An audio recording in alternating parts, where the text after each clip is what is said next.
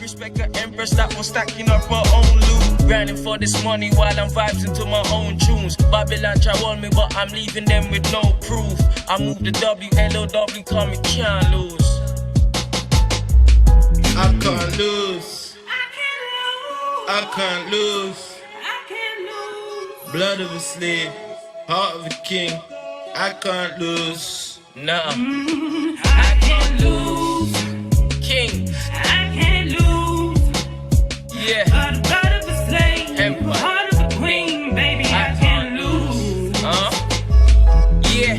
Big L on my king size. Praise God that I live life. Freedom came from the empire. There's vampires by midnight. King speech, rewind his insights. Meditation of 6 flights. Now your bingy session. Kill frauds and don't think twice. Unexpected journey. So I told myself don't drink dry. Can't lose my pistol, point to your windpipe. Blood of a slave, honor my life, corner my pain. Purchase freedom, evil remain.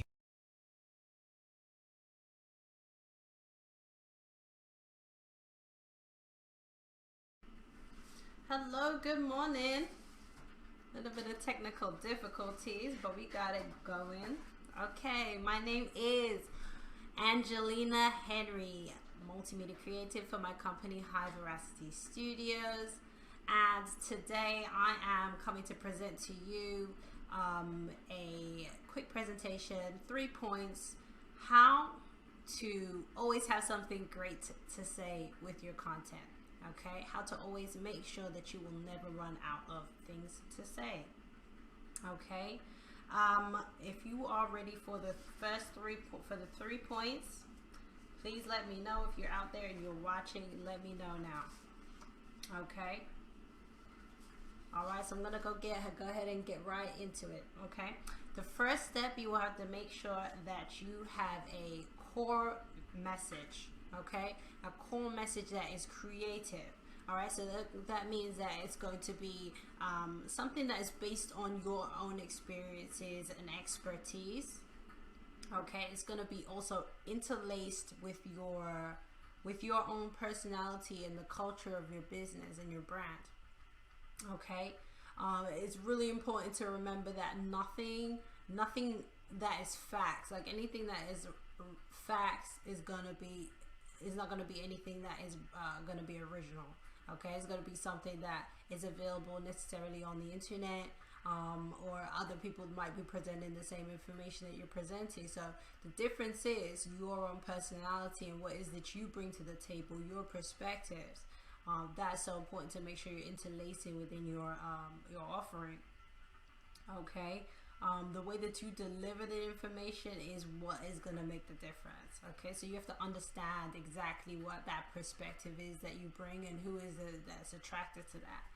Okay, so my suggestion is to perhaps write a book or to create some kind of a long form content that incorporates the overall message that you're trying to convey to your audience. Okay, and what you'll do with that, and what you do with that wealth of information, with that lump sum of information, you can then subdivide those. You could divide your overall message into subjects. So you have subject lines to make it a bit more of a bite-sized consumption of the information that you're trying to portray. Okay, so an example of this is, for instance, if you are a coach who teaches parents how to parent specifically teenagers, and your perspective is a firm but fair approach. Okay, so you might divide your content by transitioning from a child to an adult, so you can put forth your opinions on that and your perspective on how it should be it should be gone through, like how to get through that period of time. Okay, you might also talk about responsibilities to the community. You could talk about sex and sexuality in the frame and from the perspective of parenting a teenager in a firm but fair approach. Okay, you want to talk about maybe money management or education. The list goes on and on. You really will have probably infinite amount of subjects, like a whole lot of subjects that you can draw from, and you can decide to divide your content by. Okay, now what you do then, once you have those specific subjects, let's say you have 10 subjects, you take that first subject, okay, which in this case was transitioning from a child to an adult, and then you can then subdivide that and have lessons based on the subdivisions. Okay, so the subdivisions for that particular subject might be how it affects a person transitioning from child to teenager to, you know, young adult, physically, mentally, or emotionally.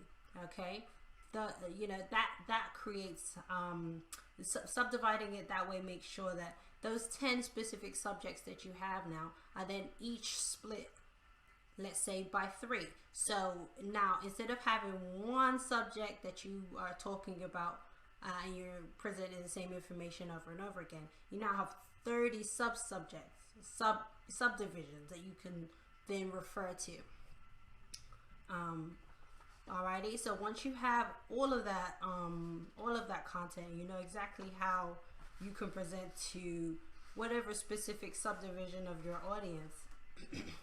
The best thing for you to do then is to repurpose the information. So, for instance, if you decided that coming out of the gate you're going to present all of your information via a book, for instance, or if you decided you're going to do live streaming and you're going to present all of that information, in pieces, bite-sized pieces via live stream.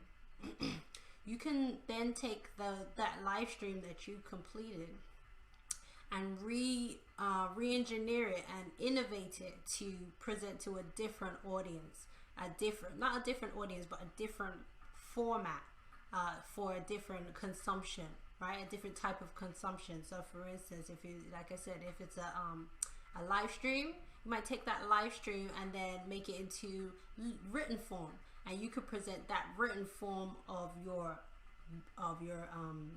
live stream into a blog or a book or a blog. I think I said blog. A blog or a book or like a microblog on Instagram. You could then turn the sound bites of your presentation into short videos on Instagram, or for attention grabbing, or you can make them into specific memes based on the subject matter that you're talking about. So then that allows you to even subdivide even further, because if you've already subdivided down to parenting a teenager mentally, how it affects them, and then you illustrate the points within that via picture form on your Instagram. Okay, that gives you maybe 3 or 4 or 5 different ways that you could present that information, just based on that micro niche of your own niche, right? All right, so it does get, it's basically, there are infinite ways that you can actually present your information. Okay, it's just about being creative and being really mindful that not everyone that is perfect for the information that you're presenting is going to accept it, or it's not going to be deliverable necessarily in the form that you decide to present it the first time.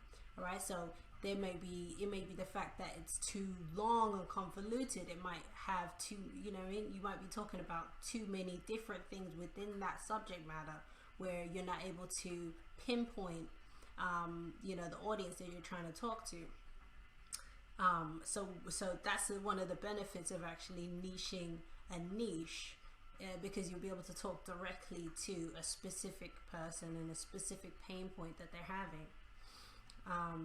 Alrighty, so definitely just think creatively about what it is that you're talking about, and as you go on, as you do this, you're going to be able to build up a library of content that all lovely beautifully goes together, transitioning from one thing to another.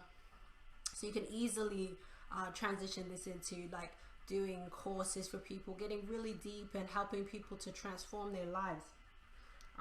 You know, based on the information that you have, because you have gone so deep, and you do have explanations for a lot of the subtext and you know, a lot of the other information that maybe people, other creators, other presenters might, you know, skim over. You've gone deeper, so you can now present that information in a more clear way.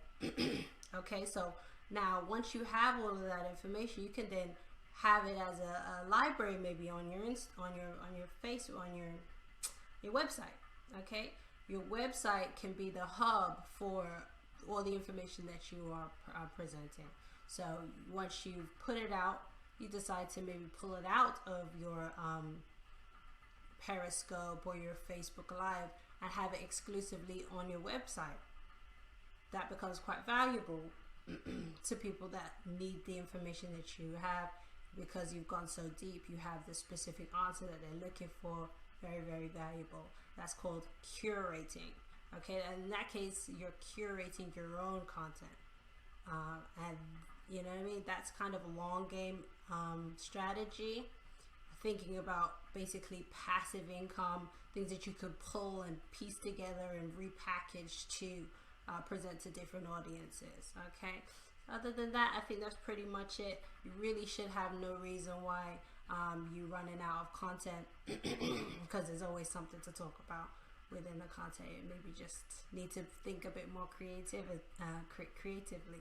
Okay, you know, other than that, that's pretty much it. I did put together a free download that you can access to basically help you to pinpoint days in the year and weeks, and special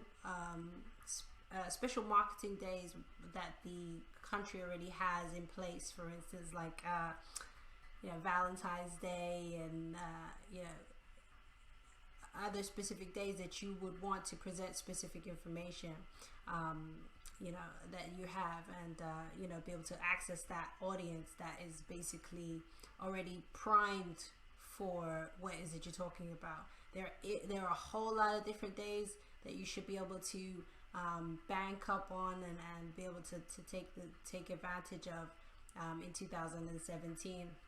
So if you would like to access that, you can go to bit.ly/national marketing checklist. Okay, definitely a very valuable resource. So do check it out. Again, that is bit.ly/national marketing checklist. Okay, thank you very much for watching my presentation today. You have a great day, and I hope you all could hear me.